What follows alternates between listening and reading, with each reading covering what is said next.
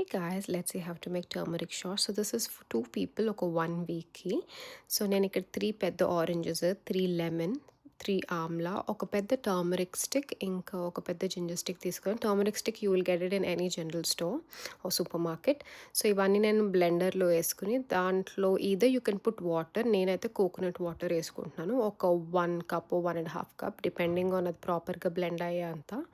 So అదంతా బ్లెండర్లో వేసుకుని దాన్ని నేను బ్లెండ్ చేసుకున్న తర్వాత ఆ పల్ప్ అంతా సెపరేట్ చేయాలి. సో దాంట్లో సీడ్స్ అవన్నీ ఉంటాయి కదా! సో ఆ పల్ప్ అంతా మనం స్ట్రెయినర్ తోటి స్ట్రెయిన్ చేసుకొని సెపరేట్ చేయాలి.